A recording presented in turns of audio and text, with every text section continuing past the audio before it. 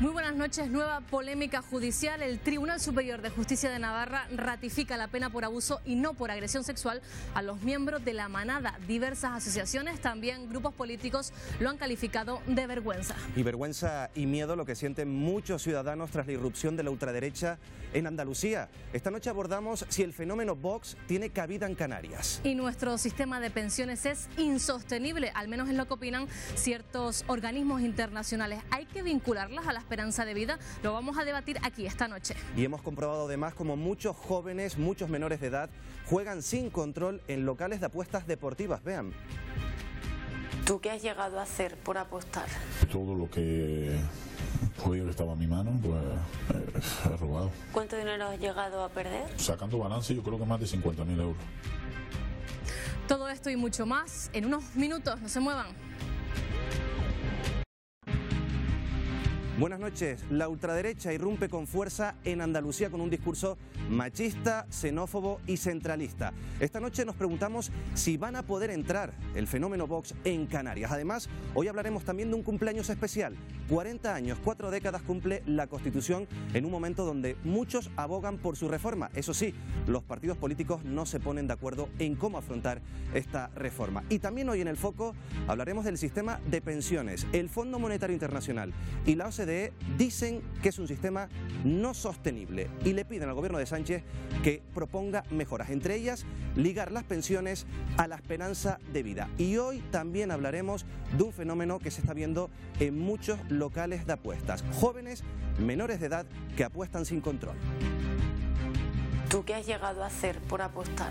Todo lo que podía que estaba en mi mano, pues he robado. ¿Cuánto dinero has llegado a perder? Sacando balance, yo creo que más de 50.000 euros. Todos estos temas desde ya aquí en El Foco. Arrancamos.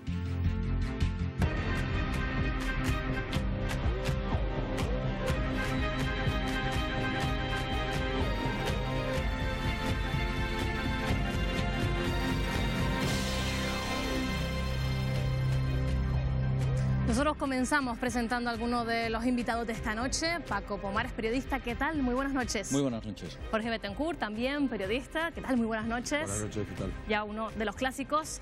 Teresa Cruz, bienvenida, del Partido Socialista. Muy buenas noches. Buenas noches. También tenemos con nosotros a una de nuestras habituales, Laura Fuentes, de Podemos. ¿Qué tal? Muy buenas noches. Buenas noches a todos y a todas. También tenemos a Mariano Cejas, de Ciudadanos. ¿Qué tal? Muy buenas noches. Buenas noches. Y terminamos con Sebastián Ledesma, del Partido Popular. ¿Qué tal? Muy buenas noches. Buenas noches, un saludo a todos. Les prometo que enseguida vamos a hablar de la polémica suscitada por el partido de ultraderecha Vox, pero es que esta misma mañana el Tribunal Superior de Justicia de Navarra ratificó la polémica sentencia de la manada. 9 años de cárcel a cada uno por un delito continuado de abuso sexual, pero no de agresión, que es lo que ha indignado a muchos. Tenemos con nosotros a la jueza y también a la presidenta de la Audiencia Provincial de Las Palmas, Pilar Parejo. ¿Qué tal? Muy buenas noches. Hola, buenas noches. Le pido brevemente una valoración de esta ratificación de sentencia de la manada. ¿Qué le ha parecido? Bueno, pues en principio una sentencia que le ha costado aclararse incluso a los propios magistrados, que son, digamos, conocedores del derecho, y piense que tiene 2 votos particulares. De 5 magistrados, 2 son votos particulares que consideraban que había agresión, con lo cual es una cuestión que no tiene, que evidentemente, pues por lo menos les ha costado, no ha sido unánime, y eso demuestra la dificultad que tiene el tema jurídico sobre el tema del prevalimiento y de la intimidación. Señora Parejo, ¿podría haber un vuelco cuando llega el Supremo? Hombre, yo lo veo difícil, porque tengan en cuenta que han sido 3 de los 3 magistrados del primer tribunal, 2 vieron los hechos como abuso. En este caso ha habido 3 magistrados que lo han visto como abuso y 2 como agresión sexual. Entonces el vuelco más bien a lo mejor sería para agravar que para digamos que para absolver. Esa es mi opinión en principio, ¿no?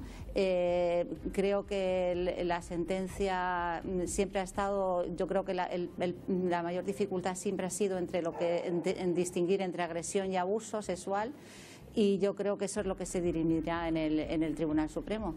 Señora Parejo, 2 de esos 5 jueces sí que han visto agresión sexual. ¿Se está interpretando bien la ley?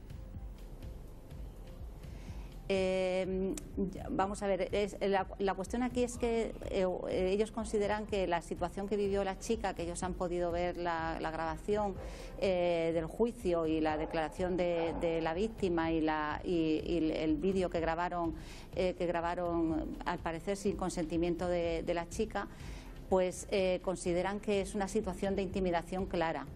Y sin embargo los otros consideran que es de prevalimiento. La línea es que es tan tenue que yo creo que eso sí que debería, creo que en ese sentido van los expertos, en cuando no haya consentimiento considerarlo siempre agresión y luego ya dentro de la agresión pues valorar, pero para evitar problemas de este tipo, ¿no? Lo que está clarísimo que no ha habido consentimiento y lo bueno sería que en esos casos siempre fuera una agresión y luego ya dentro de la agresión pues ya tener en cuenta otra serie de circunstancias. Pilar Parejo, creo que sería lo más idóneo. Pilar Parejo, jueza y presidenta de la Sala Segunda de la Audiencia Provincial de Las Palmas, muchísimas gracias por haber estado con nosotros esta noche en El Foco. Nosotros continuamos y les quiero hacer esa misma pregunta a nuestros invitados. Una breve valoración de esa ratificación de sentencia que lo deja como abuso sexual, los condena por abuso sexual y no por agresión. Paco Pomares. Bueno, yo creo que era un poco lo que se esperaba, ¿no? Se esperaba que los jueces refrendaran de alguna manera la sentencia que se había producido. La propia señora Parejo ha dejado perfectamente claro que hay una situación de interpretación confusa y que sería necesario modificar la ley para que se pudiera considerar de manera clara que se ha producido una agresión y no un abuso, ¿no? Por la cuestión del prevalimiento. Pero al final yo creo que de lo que se trata es de definir si esto se va a modificar o no se va a modificar en el Supremo. Yo tengo la sensación de que se va a mantener también. Y creo que lo que demuestra es que las leyes tienen que acercarse más a la manera en que hoy interpretamos las cosas, a la forma en que percibimos las cosas. Si no, va a ser muy difícil que podamos seguir confiando en la justicia, ¿no? Jorge. Estoy de acuerdo con Paco. Hay una comité de reforma que está mirando la reforma de ese artículo del Código Penal, la diferencia entre el 181 y otro. Yo creo que entiendo lo que dice la magistrada de esa tenue línea, pero me da la sensación de que hay jueces que han visto que esa tenue línea no existe. Es decir, a ti te pueden poner un puñal en el cuello y no clavártelo. Claro, si te lo ponen y no te lo clavan no es agresión, pero desde luego con un puñal en el cuello la gente hace lo que tiene que hacer para intentar escapar, ¿no? Yo creo que estamos ante un hecho especialmente grave. A mí me consuela pensar una cosa, aunque el Supremo no entre en llevar la contraria a los magistrados que han votado mayoritariamente porque es abuso, existe un agravante que es el vídeo que le han grabado a la chica y que han publicado, que también les puede suponer una condena que se va a sumar a los 9 años que ya tienen, ¿no? Y mientras tanto a ver si se reforma la ley y queda claro que cualquier tipo de situación como esta es una agresión, aunque no haya violencia física, es claramente una agresión. Teresa Cruz, hay una línea fina, como decía la jueza Pilar Parejo, que los jueces no están interpretando bien. Bueno, yo no sé si es una línea fina. Yo creo que hoy con esta sentencia que no esperábamos que fuera ejemplarizante, las mujeres nos sentimos más inseguras, sin duda. Y la línea fina puede existir porque se precisa más formación en fiscales y jueces, independientemente de que se modifique la ley. Más formación pide más formación en violencia machista. Laura Fuentes. Claro. Más formación y más recursos, es decir, obviamente esta sentencia de hoy, aunque no esperábamos otra cosa, vuelve a demostrar que la justicia es injusta y lo que hacen este tipo de sentencias de justicias patriarcales y machistas, al final lo que hace es que la gente, y sobre todo las mujeres, dejemos de confiar en la justicia y nos sintamos, pues, como decía la compañera, mucho más inseguras. Al final no se puede decir a las mujeres que tienen que denunciar y después no llamar a las cosas por su nombre, y esto es una violación. Cuando es no, no podemos hablar de diferenciar agresión y abuso. ¿Ha quedado claro? Mariano Cejas. Sí, bueno, evidentemente lo primero que hay que respetar las decisiones judiciales, como no puede ser de otra forma, pero una cosa que se respete y otra cosa que, en mi caso, por ejemplo, como padre de 2 niñas, yo no entiendo no la entiendo, personalmente no entiendo esta sentencia. Creo que decían un dato importante aquí, ¿no? Hay que aclarar, porque al final los jueces son personas, ¿no? Se levantan todos los días y deciden en base a una legislación. Y si la legislación está lo más clarificante posible, pues las decisiones pueden ser más adecuadas. Pero en todo caso, respeto a la decisión judicial, como no puede ser de otra forma, pero entiendo la indignación social que se está provocando con este tema, ¿no? Sebastián Ledesma, del Partido Popular, ¿qué le ha parecido la ratificación de esta sentencia? Vamos a ver, la sentencia desde el punto de vista técnico es impecable, ¿no? Otra cosa es que no la compartamos, ¿no? Y ahí, en primera instancia, pues había un magistrado que no lo compartía, el criterio de la mayoría, y ahora en segunda instancia se ha ratificado lo mismo. Yo sí estoy, y todos hemos, yo creo, coincidido en eso, que tenemos que modificar la ley, ¿no? Y en eso tenemos que ser claros y estrictos, y en eso nos pondremos de acuerdo para modificarla, y el no consentimiento, pues está claro que tendría que ser una agresión sexual. Yo también comparto ese mismo criterio también, pero no podemos criticar ni a los jueces, porque los jueces lo que hacen es valorar las pruebas. No, los jueces no hacen una interpretación de la ley en base a las pruebas que se le aportan, y eso es lo que han hecho los jueces.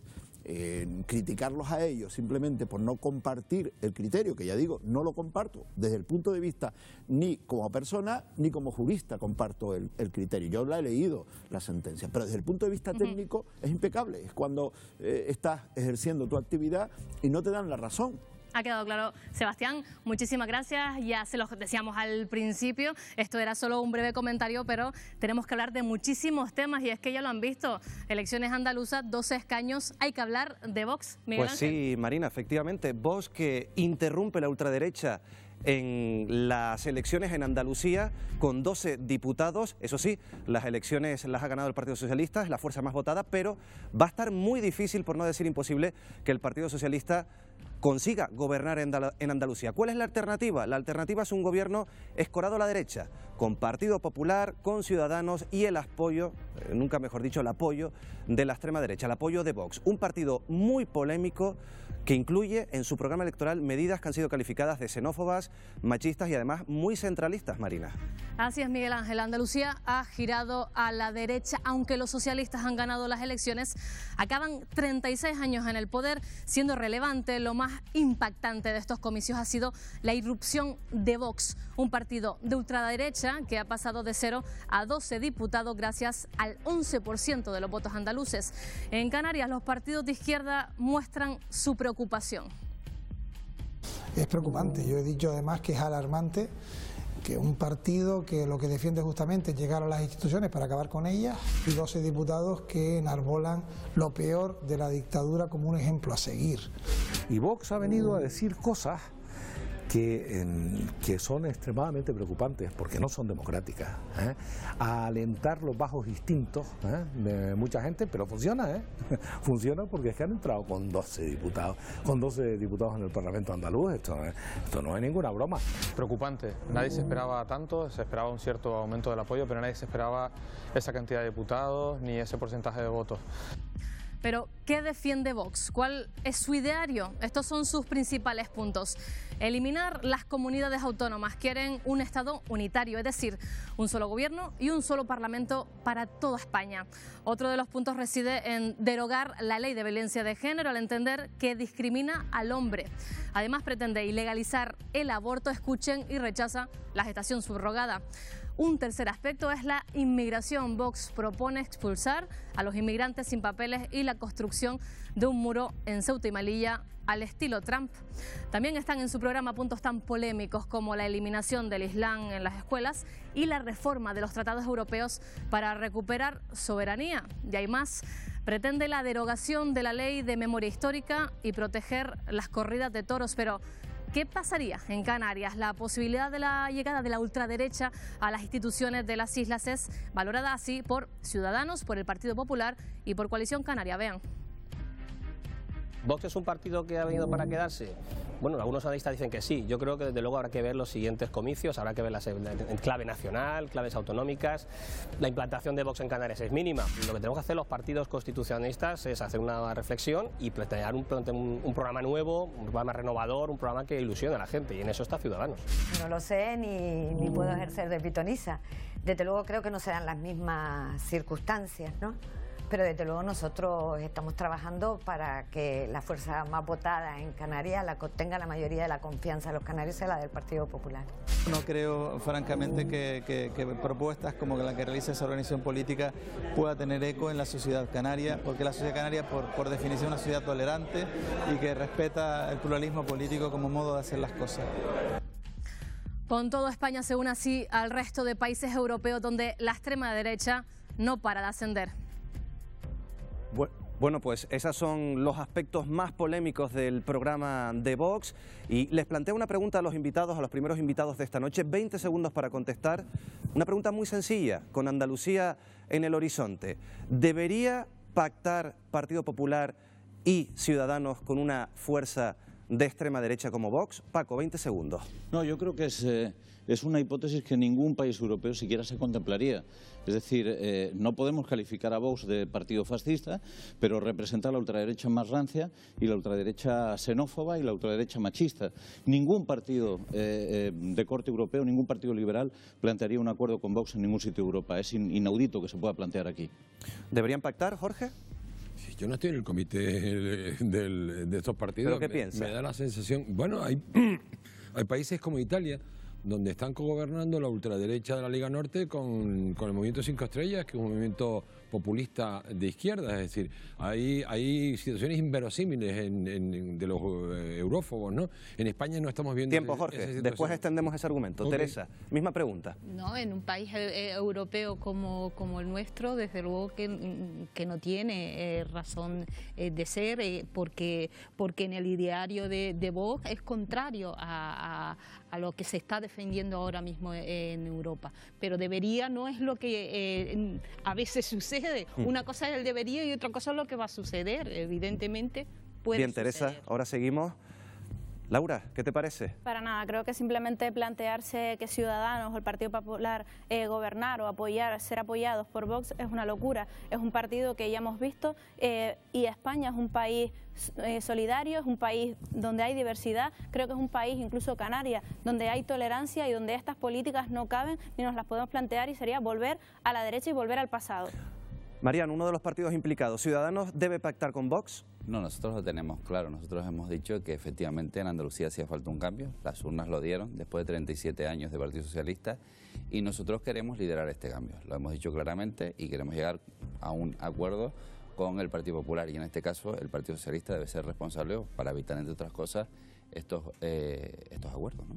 Otro partido implicado en esta pregunta, Sebastián, Partido Popular, ¿debe pactar con la extrema derecha? Lo que está claro es que Vox es un partido de extrema derecha, pero tendrá que ajustarse a la Constitución, como cualquier otro partido, ¿no? Simplemente desechar a Vox sí, porque bueno, pues tenga actitudes xenófobas o comportamientos que no lo compartimos de centralismo. Tiempo, Sebastián. Ahora seguimos también con esa postura que estabas defendiendo. Hemos tenido el ejemplo de Andalucía, 12 diputados. ¿Ustedes creen que este fenómeno, el fenómeno de Vox, se va a poder extender por toda España, por todas las comunidades autónomas y más en un partido que no tiene programa autonómico, que quiere suprimir las autonomías, Jorge? Vox es un fenómeno mediático, es hijo, sin duda, de la crispación y el desentendimiento de los grandes partidos políticos en España que están dando un ejemplo lamentable, ¿no? Hay una situación que es el círculo virtuoso del periodismo, que es que cuando hay un atentado terrorista tenemos la obligación de publicarlo, pero sin duda estamos colaborando a la difusión de ese atentado, ¿no? Vox está practicando la misma doctrina que Trump, está reclamando la atención de los medios, está trabajando en las redes sociales, se va a convertir en estamos hablando de ellos hoy, eso les va a proporcionar una gasolina tremenda para crecer. ¿Estás de acuerdo, Paco? Sí, estoy de acuerdo con lo que dice Jorge, pero yo iría un poco más allá, básicamente en definir que lo que va a determinar el peso de Vox en cada una de las comunidades españolas va a ser la posición que tengan los ciudadanos de esas comunidades en relación con el conflicto catalán. Se nos olvida, pero yo tengo el absoluto convencimiento de que el apoyo que ha recibido Vox es una respuesta al acuerdo del Partido Socialista con los independentistas, por un lado, y por otro lado, al hecho de que la derecha tradicional ha mantenido una posición muy ambigua en el tema de Cataluña. Teresa, por alusiones, ¿tiene la culpa el Partido Socialista? No, evidentemente no voy a reconocer que el Partido Socialista tiene la culpa, evidentemente la culpa la tienen un montón de elementos y podemos entrar en tres por si es posible en Canarias: racismo, frontera y centralismo.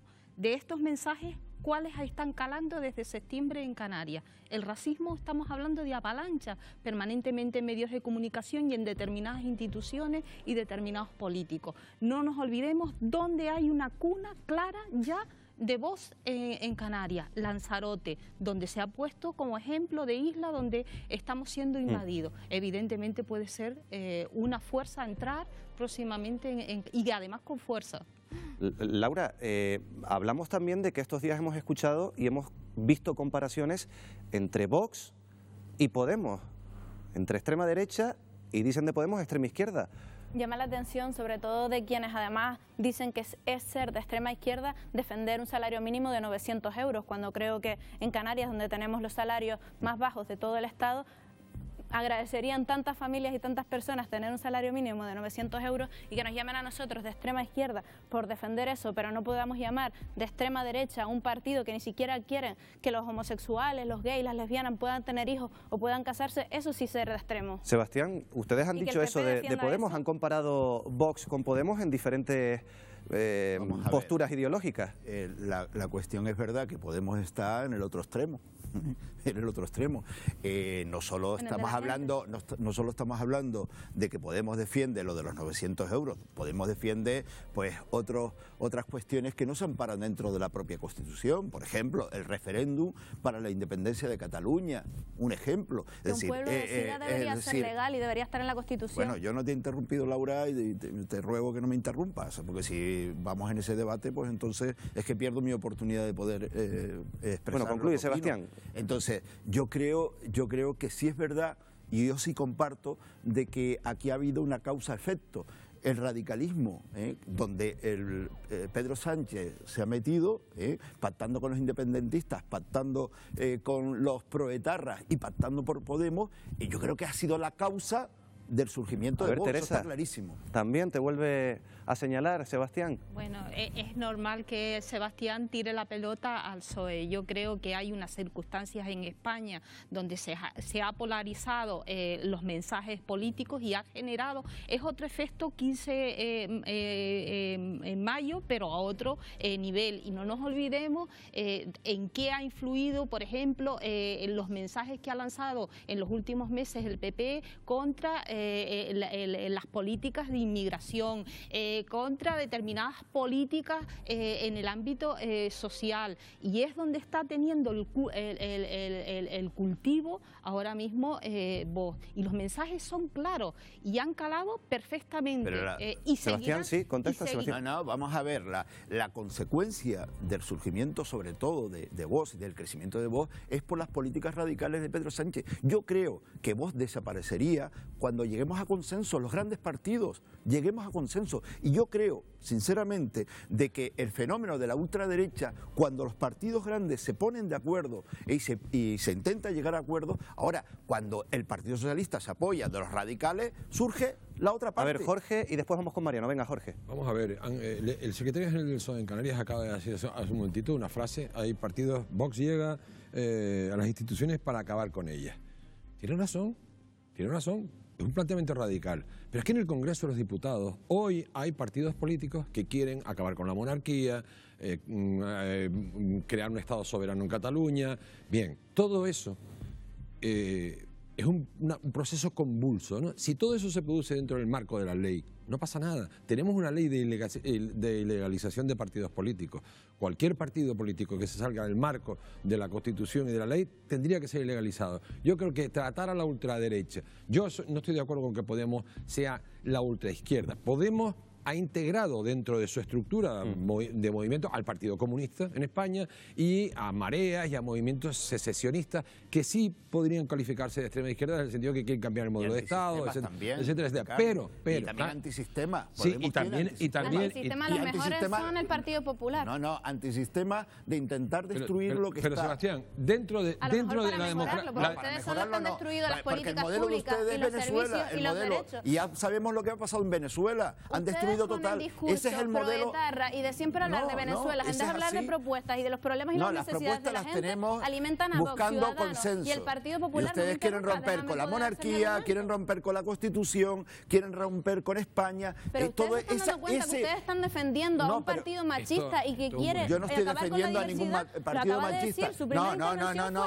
Yo te estoy diciendo lo que ustedes están defendiendo. ¿Qué decía, y eso es la contraposición de ustedes. Nuestras propuestas no has dicho ni ni una. Siempre hablas de Irán, de Venezuela o de No, de ETA. Irán no he hablado todavía. Perdona Laura, Mariano y Jorge, venga. Si me lo permite, precisamente esta discusión es lo que ocurre en la sociedad. Yo les digo que yo estuve desde el viernes en Sevilla y el hartazgo en Andalucía es increíble, increíble, o sea, y hay que decirlo. Y hay un hartazgo con 37 años de gobierno socialista, y eso hay que decirlo, y eso la gente lo decía en la calle. Nosotros hemos subido, nosotros teníamos de 0, hemos pasado a 21 diputados, es un crecimiento exponencial. Por Cataluña. Los últimos 2 años con el apoyo de ustedes. Cerramos, venga, Mariano, cierra. ¿no? Hoy estamos aquí hablando de Vox, pero la campaña a Vox se la hizo el Partido Socialista en Andalucía por intentar polarizar. Y la ha hecho la campaña, lo que pasa es que se ha pasado de frenada. Ahora seguimos con este debate porque vamos a invitar a alguien que conoce también cómo se mueven las encuestas, los sondeos. Vamos a saludar a Miguel Martín, director del Instituto Perfiles Canarias. Miguel, buenas noches. Buenas noches. ¿Qué tal? La primera pregunta la hemos planteado aquí. ¿Lo que ha pasado en Andalucía, Miguel, es algo puntual o vamos a tener un reflejo posterior en las elecciones autonómicas y municipales? ¿Se va a reproducir lo de Andalucía en próximas elecciones con Vox? Posteriormente vamos a tener un reflejo en próximas elecciones. Tenemos muy cercanas las autonómicas, municipales y en nuestro caso insulares, entonces tenemos muchas posibilidades de que efectivamente Vox presente listas, de hecho ya lo ha manifestado, en más de una circunscripción y en más de una categoría de elección. Pero ¿hay caldo, hay base electoral para que Vox tenga éxito similar en otras comunidades? Bueno, si echamos cuentas del crecimiento que ha tenido Vox en Andalucía, estamos hablando de un incremento de votos del 2.150%. Eso es demasiado. Me parece que es una cifra bastante respetable. Tenemos incluso el caso de Almería, donde el incremento ha sido de más del 4.000%. Entonces, estamos hablando de cifras muy, muy importantes. Caldo de cultivo sí que hay porque al final se ha producido una transferencia del voto y según vienen apuntando las primeras hipótesis estamos hablando de un cambio en el perfil del abstencionista. Además, en el caso de Andalucía, la hipótesis que se baraja en estos momentos es que el abstencionista ha pasado a ser más de izquierda, o más socialista o más de izquierdas que lo que eran las anteriores elecciones. Hablamos de 400.000 votos, los que ha registrado Vox en Andalucía. ¿De dónde viene ese voto? ¿Es solo voto de castigo o es hartazgo también de otros partidos políticos? ¿De dónde recolecta Vox? La primera hipótesis que se está manejando es que vienen, lógicamente, del Partido Popular, que es un poco la transferencia como parece más inmediata, ¿no? Que es la que nos parece más lógica. Pero sí es verdad que tenemos que pensar que pueden venir de más sitios. De hecho, según las hipótesis previas, estamos hablando del abstencionismo que se ha activado y que ha decidido dar el voto, pero es que al final el eje izquierda-derecha que estamos manejando históricamente, a lo mejor resulta que lo tenemos que desdibujar un poco. Es decir, las últimas teorías sobre comportamiento electoral, que de hecho se están verificando, vienen a decir justo lo contrario. El ejemplo lo tenemos con el planteamiento que hizo Podemos en el 2014 y 2015, que no fue un eje izquierda-derecha, fue un eje transversal y fue un eje vertical.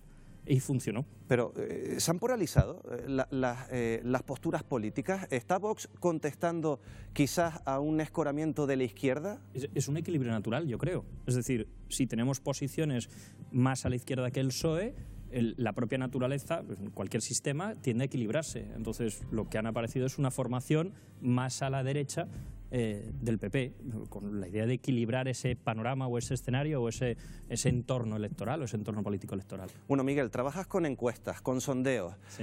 En Andalucía, el CIS, el famoso CIS, le daba un diputado a Vox. Finalmente fueron 12 diputados. Ahora mismo, hoy, conocemos el último barómetro del CIS, que le da al Partido Socialista casi 11 puntos de distancia con el PP y con Ciudadanos.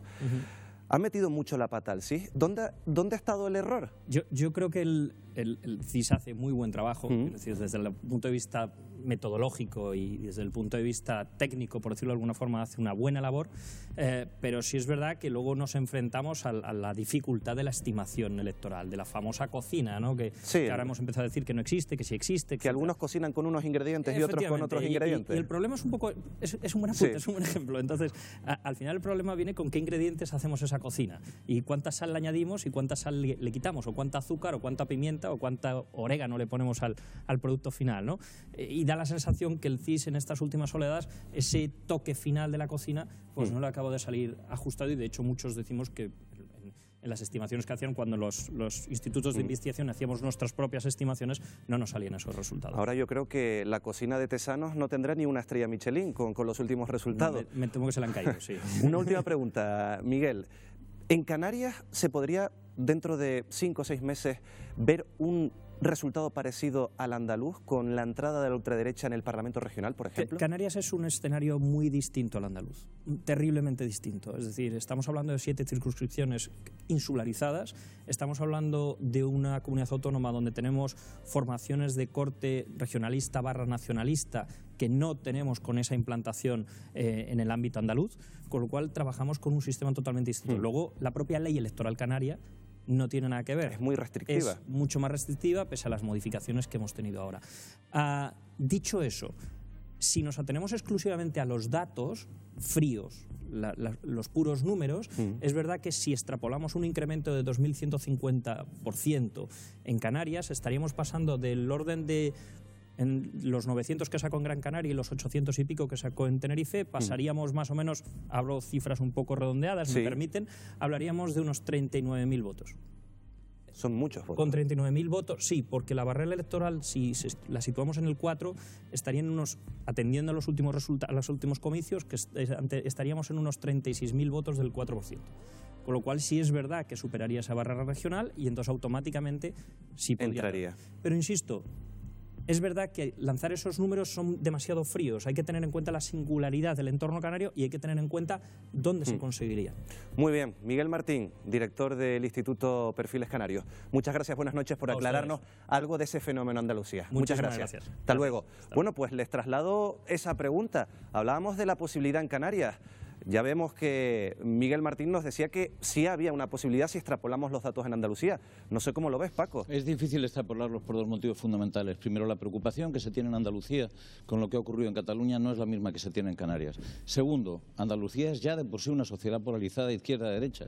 En Canarias siempre ha habido una pervivencia muy fuerte del centro. Siempre, históricamente, Canarias es una sociedad en la que el centro tiene un valor político importante. De hecho, cuando se ha conseguido gobernar en Canarias no ha sido polarizando, sino precisamente ocupando el espacio de centro. Entonces, esos dos indicativos hacen pensar que muy probablemente el impacto de Vox en Canarias no será tan fuerte, pero que se van a colocar en torno a un 4 o 5% del voto. Eso va a ocurrir en todo el país, en todo el país. Una de las dudas más importantes es qué va a ocurrir en Cataluña, donde Ciudadanos mantiene una posición mucho más beligerante en relación con el tema del españolismo del que puede mantener en otros sitios. Quizá ahí no entre Vox, quizá no entre Vox en el País Vasco, pero en el resto del país se va a mover en indicativos parecidos a los de Cataluña, con la excepción muy probable de Canarias. Hablabas, Teresa, de Lanzarote. ¿Puede haber ahí de los 3 elementos mayor proporción? Del ideario de Vox, de los 3 elementos, nosotros tenemos uno que es la inmigración. Y yo creo que evidentemente coincido con lo que está planteando Paco, nuestras circunstancias son totalmente diferentes a las andaluzas, pero sí que hay 2 cuestiones, y es el tiempo que lleva gobernando Coalición Canaria y el hartazgo que puede tener la población, y el tema de la inmigración. Por lo tanto, si las fuerzas políticas constitucionalistas no modulan sus mensajes, evidentemente va a ser un caldo de cultivo. Teresa, de aquí. Vox no ha acudido a votar en Andalucía por lo que llevara sus narias. Vox ha acudido a votar en Andalucía en clave nacional. No, básicamente si no han entrado a votar porque, y además lo han planteado sistemáticamente, Andalucía por España. El problema andaluz para Vox no existe. Ellos no tienen ninguna preocupación sobre la situación política andaluza. Sí, pero no es una cosa que les preocupe. Las políticas del PSOE iban dirigidas a una población, y esa población es la que manifiesta el hartazgo. Y esa circunstancia... Absteniéndose de votar, que es como se ha ocurrido en Andalucía. En Andalucía lo que ha ocurrido es que el votante tradicional de la izquierda, el votante tradicional del Partido Socialista, no ha ido a votar. Y sin embargo, el votante tradicional que antes se abstenía, que tenía un perfil más de derechas, ha ido a votar. Eso es lo que ha ocurrido. Al técnico sabemos perfectamente que cada vez que se incrementa la abstención, afecta directamente a la izquierda, no a la derecha. Jorge, pero siempre. Teresa, las empresas sociológicas, podemos hacer un estudio. Las empresas sociológicas se están convirtiendo en una especie de medicina forense. explicarse. Son capaces de explicar cualquier fenómeno a condición de que haya pasado. Como los economistas, por cierto. Sí, sí, efectivamente. Y también son un negocio, ¿no? A condición de que haya pasado. Yo creo que... Bueno, si me apura Jorge, y como los periodistas, los médicos, como todo el mundo, nos incluye. Es más fácil hacer diagnósticos sobre lo que ocurre, sobre lo que ha ocurrido. Pero nosotros no hacemos predicciones, que esta pobre gente tiene el deber de hacerlo, ¿no? Vamos a ver, yo coincido con Paco. El tema catalán ha tenido una influencia decisiva en Cataluña. No es el tiempo que lleva... Yo sé que al PSOE en Canarias le viene bien el argumento del tiempo que lleva Coalición Canaria gobernando, pero yo no creo... Mira, hay un montón de gente que lleva gobernando un montón de tiempo y volverá a ganar. Miguel Fraga, en Adeje. El problema de Susana Díaz no es el tiempo que lleva gobernando, el desgaste del poder. El problema de Susana Díaz es que ha padecido un fenómeno que va a ser global. En este país hay una convulsión entre quienes quieren cambiar el modelo de Estado y quienes empiezan a descubrir a España. Laura, ¿ustedes quieren cambiar el modelo de Estado? ¿Forman parte de ese auge, de ese voto de hartazgo? Nosotros queremos cambiar el modelo de Estado, pero sobre todo queremos cambiar las cosas, y en Canarias, como estaban hablando, sí que hay muchos problemas. Lleva gobernando 30 años Coalición Canaria, pero es que somos líderes de todos los índices negativos: pobreza, paro, precariedad. Esos son los problemas que tiene Canarias, y de eso es de los que quiere hablar de lo que quiere hablar Podemos y los que quiere arreglar. Para nosotros todo lo demás, no digo que no sea importante, pero es lo que... Sebastián y Mariano, venga, Sebastián. El nivel de confrontación, de polémica, de crispación no es lo mismo, no es el mismo que en Andalucía que en Canarias, ¿no? Es verdad que hay índices o elementos que sí coinciden con Andalucía, pero no creo que vaya a ser posible trasladarlo.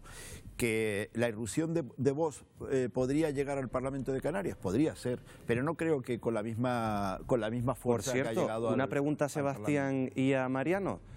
¿Pactaría el Partido Popular y Ciudadanos en Canarias a nivel municipal o a nivel insular con Vox, Mariano? No sabemos ni cómo va a quedar esto. ¿Pero lo valoran? Si fuera clave para un gobierno. Nosotros lo que valoramos a efectos de... Bueno, me encantó escuchar al técnico, sobre todo porque escuchándolo a él veo que efectivamente el señor Tesano cocina mucho y se le queman los calderos, porque efectivamente no acierta una, ¿no? De hecho, la de hoy tampoco creo que la haya acertado.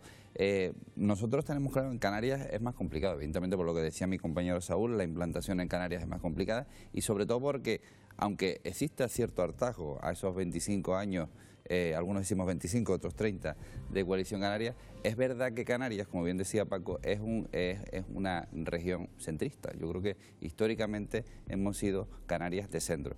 Y de centro pues ya tiene una alternativa, que precisamente es Ciudadanos aquí. Sí, son una cuestión... Sí, Paco, venga. Mi opinión particular es que creo no son 30 años, son 25. Coalición Canaria es la primera vez que se constituye, que aparece el nombre Coalición Canaria, es hace justo 25 años, en la moción de censura Jerónimo Saavedra, ni siquiera como partido, sino como operación política. Son 25 años, no 30. Pero además, Coalición Canaria no ha gobernado en Canarias como ha gobernado el Partido Socialista en Andalucía. Coalición Canarias ha gobernado en Canarias la mitad del tiempo apoyándose en el PP y la otra mitad apoyándose en el PSOE. Y ese es un elemento determinante, porque aquí todos han participado de este sistema que condenamos y que reclamamos. En este momento es el momento en que Coalición Canaria gobierna sola en un gobierno en minoría. En el caso del Partido Socialista en Andalucía, efectivamente lleva gobernando 36 años en mayoría, sin dificultades para gobernar, sin incorporar a ningún otro partido. Y yo creo que ahí la tensión es diferente. De todas formas, al final la percepción es la misma. Cerramos, Mariano.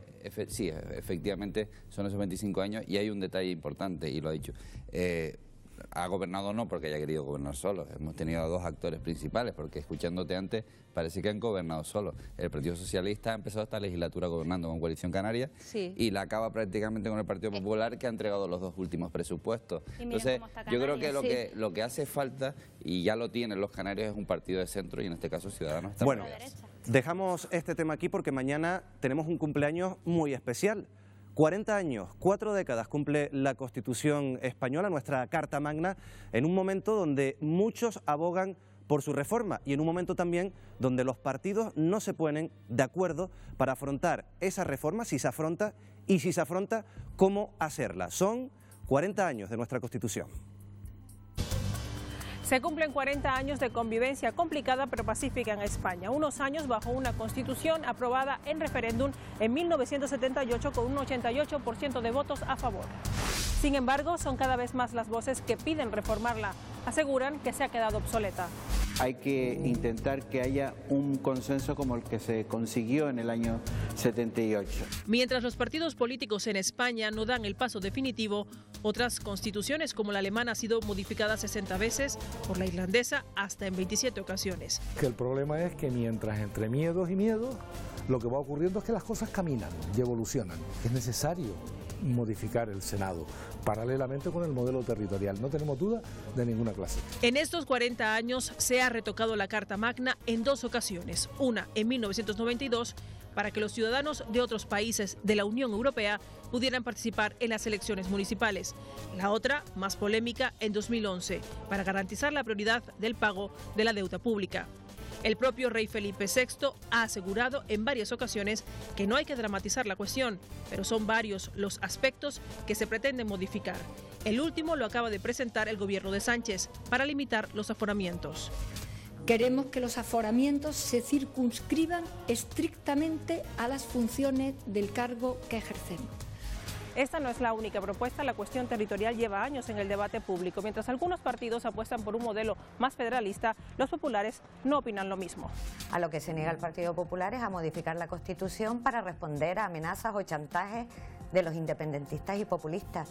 También ha cobrado especial importancia la posibilidad de reforzar en la Constitución los derechos sociales, algo sobre lo que casi todas las formaciones están de acuerdo, aunque es Podemos el partido que más alza la voz. Yo creo que el desencanto de mucha gente es porque ven que no tienen garantizados pues sus necesidades básicas. Otro de los grandes ejes de la reforma constitucional gira en torno al Senado. Algunas formaciones proponen un cambio en profundidad para que se convierta en un órgano territorial. Yo en el Senado no puedo ser más claro. O lo reformamos o lo cerramos. Así las cosas, la polémica está servida. Nuestra Constitución cumple mañana 40 años y no parece que exista el consenso necesario para modificarla. 40 años. Parece que fue ayer cuando se aprobó y se votó esa Constitución. Y la primera pregunta también en esta ronda rápida de 20 segundos es saber la opinión sobre si es urgente una reforma de la Constitución. Paco. Yo creo que han pasado 40 años, ha sido una buena Constitución, una de las constituciones que más ha durado en la historia de España, pero tiene cierta fatiga de materiales, por decirlo en términos prácticos. Yo no creo que haya que reformar la Constitución, creo que hay que reformar aspectos parciales de la Constitución y además creo que en aquellos en los que haya acuerdo, algunos, el aforamiento por ejemplo, hay mayoría, se debería plantear sin necesidad de ir a grandes alaracas. Jorge, ¿reforma urgente sí o no? Urgente no, importante sí. Lo que pasa es que vivimos el peor momento para reformarla. La Constitución ha durado 40 años porque hubo consenso para hacerla. Es la segunda que más ha durado después de la de Cánovas. Pero en este momento creo que nos encontramos en la peor situación para reformar la Constitución porque hay partidos extremadamente radicales que no se van a poner de acuerdo. Teresa, 20 segundos. No es una cuestión de rapidez, evidentemente no se va a poder modificar rápidamente porque necesita una modificación reforzada y el procedimiento va a ser largo. ¿Pero se necesita modificar la Constitución? Sí.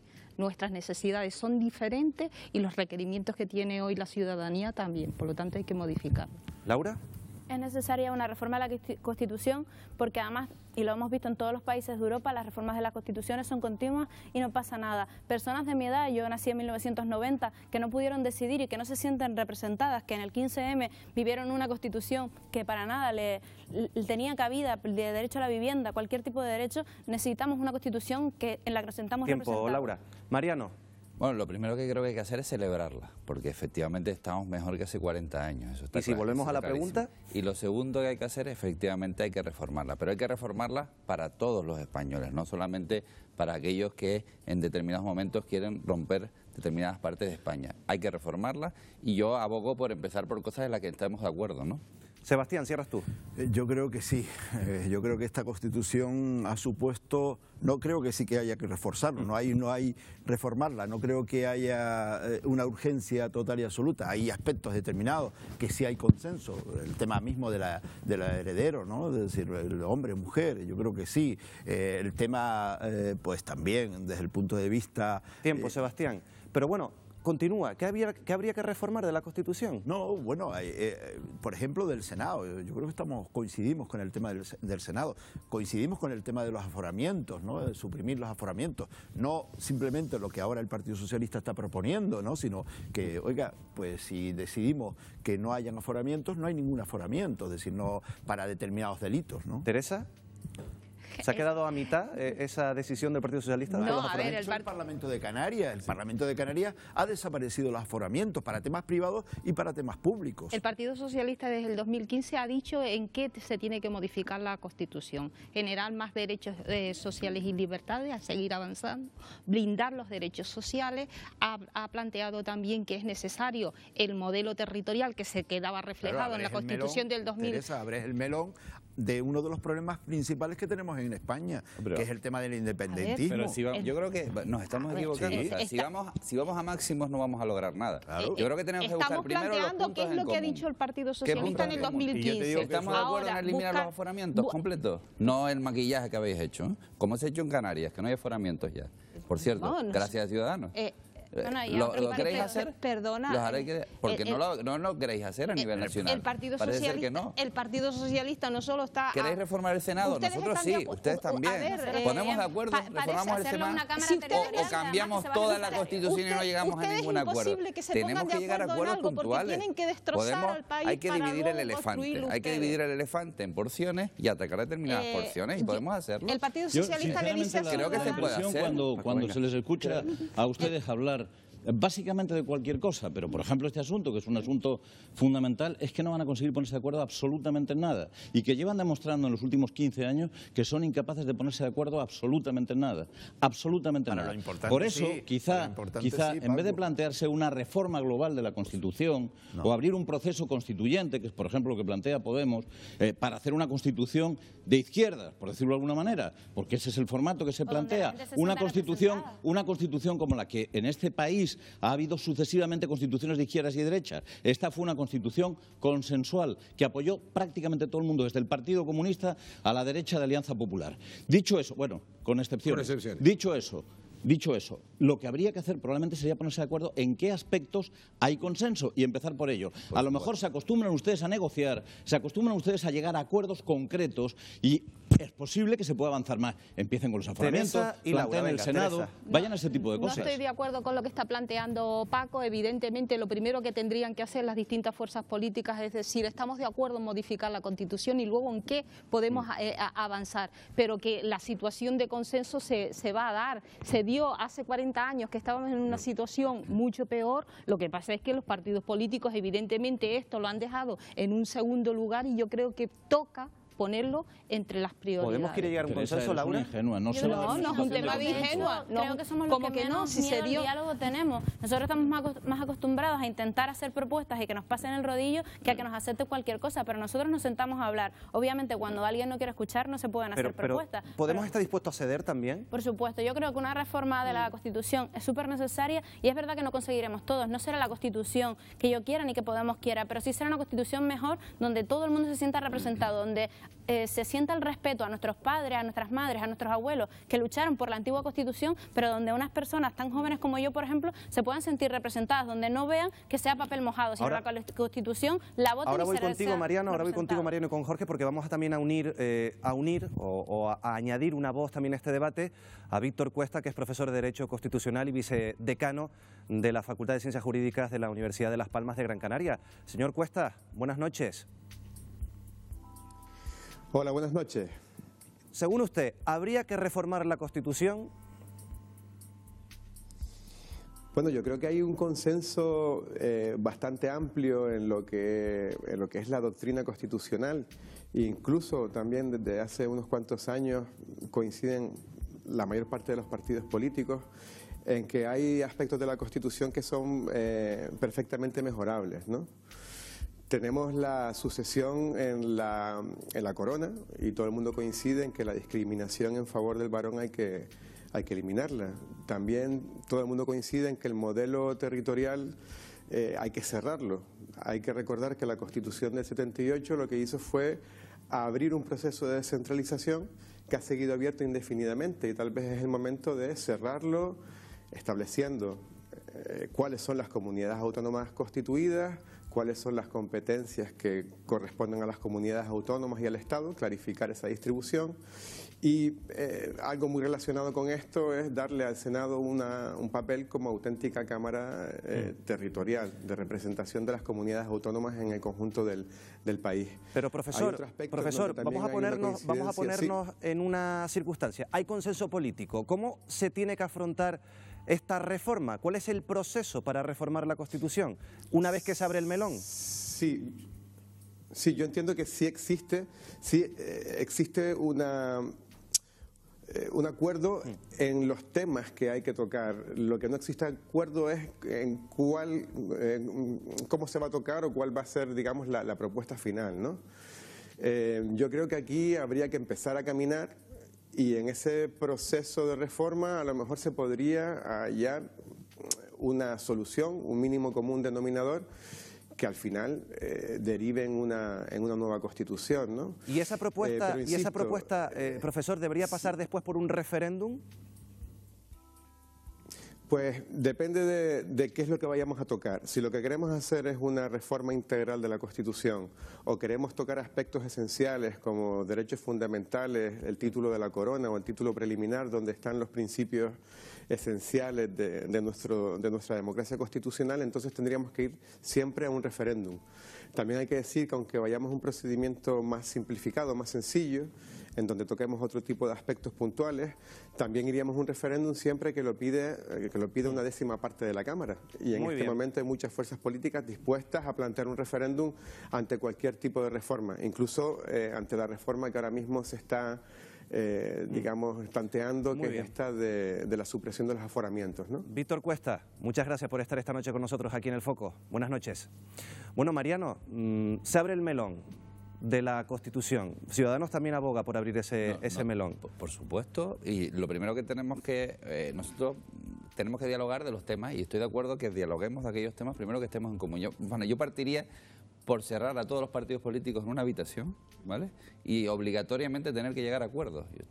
Y como cuando se elija el Papa, básicamente. Y hay cosas en las que podemos estar de acuerdo. En el tema de los aforamientos, todos sabemos que el Senado, tal y como está, no representa a los territorios. Pues en esas cosas tenemos que llegar a acuerdos.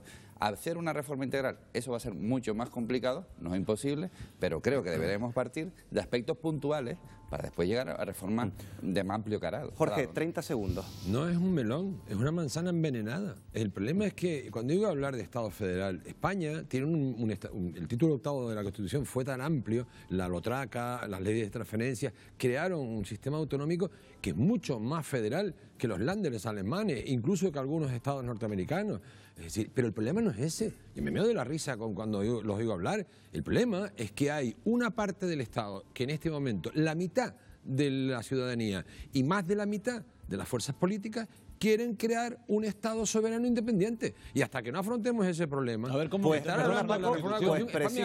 precisamente les planteo una pregunta. Tú lo decías, Jorge, ¿se debería afrontar, mejor dicho, esta reforma para darle a Cataluña salida en el modelo territorial? No me la contesten ahora. En 3 minutos volvemos y contestamos a esta pregunta.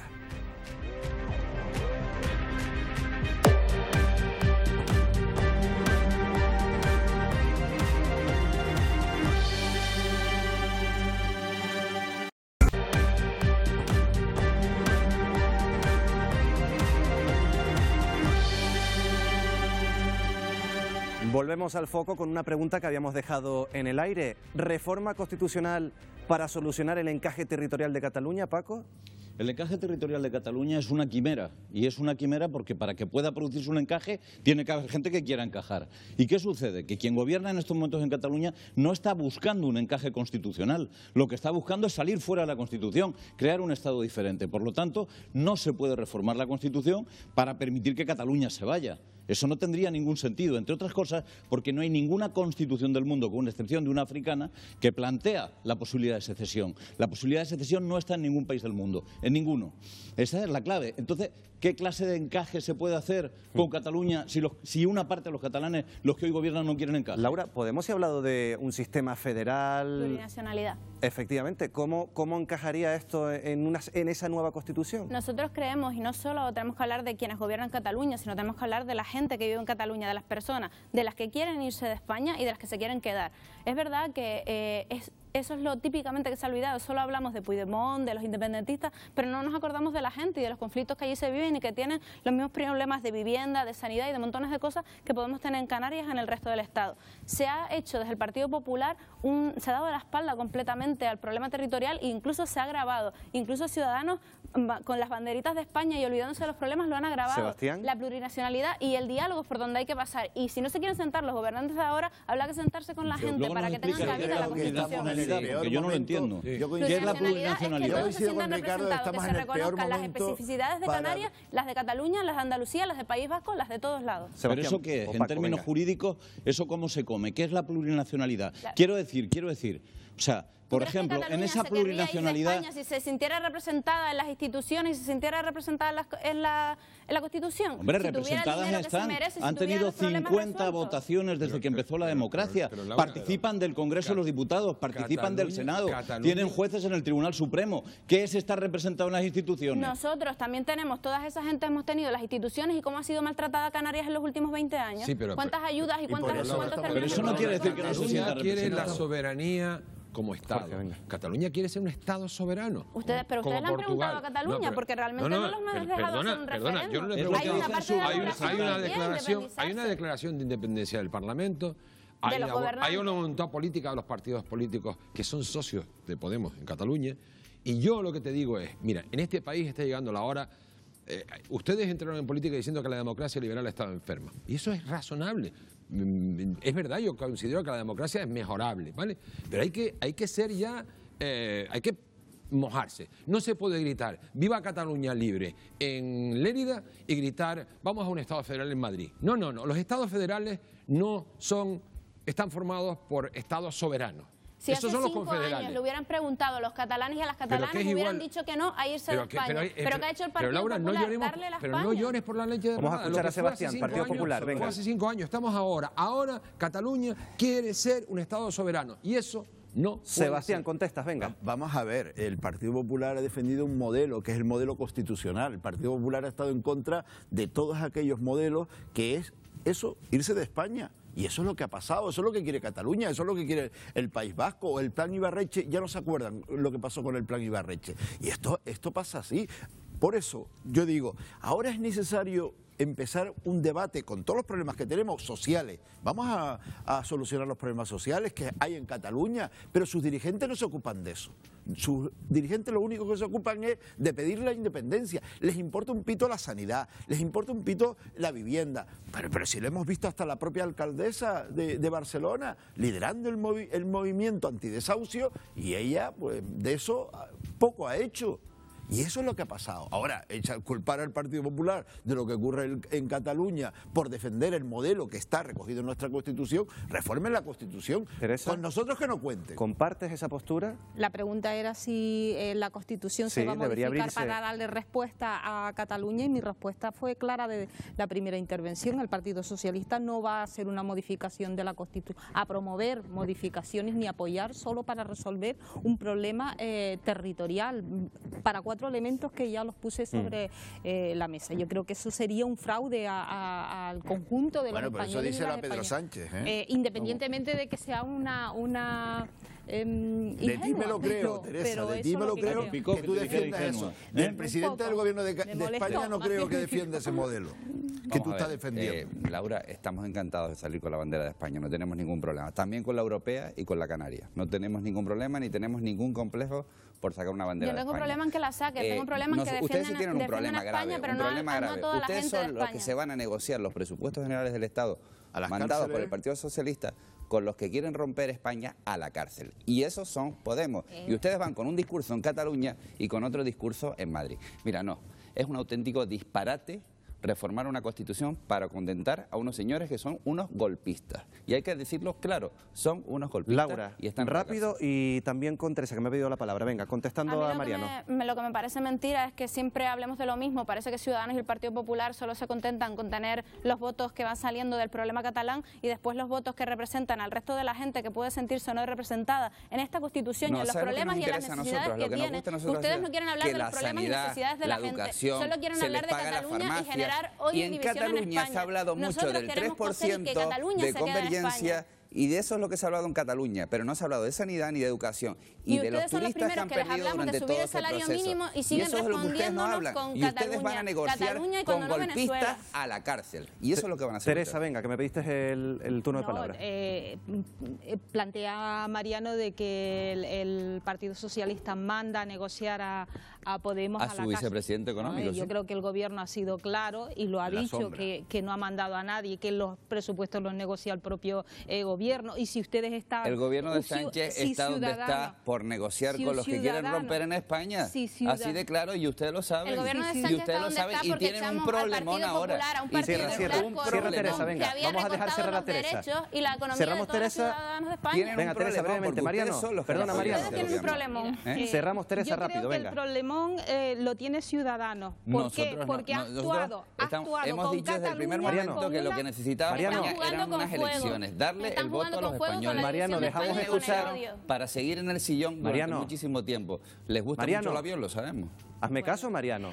No me haces caso, vamos a dejar escuchar a Teresa. Venga, Teresa. A ver, a mí me parece que tu discurso aprendido me parece fantástico, pero desde luego que ha actuado el Partido de Ciudadanos en Cataluña de una manera muy irresponsable. Y a nivel nacional, con el tema de Cataluña, también han actuado de manera irresponsable. Paco, lo siento. El actual ministro Borrell encabezando manifestaciones. Tenemos que dejarlo aquí.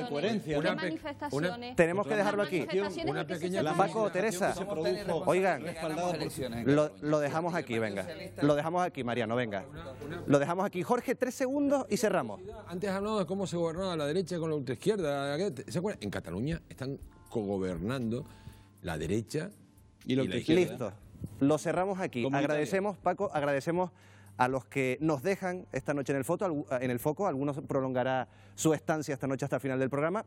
Y vamos a cambiar de tema porque sobre la mesa del gobierno de Sánchez hay una propuesta para modificar esa reforma laboral, la última, la del Partido Popular, que pasa, fíjense, por fichar en el trabajo, por el control horario.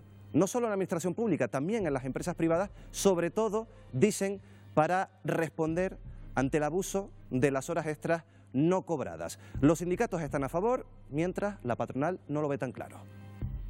En España, unos 400.000 trabajadores hacen horas extras cada semana y no las cobran. Según Comisiones Obreras, las horas no pagadas equivalen a más de 170.000 empleos que no se crean.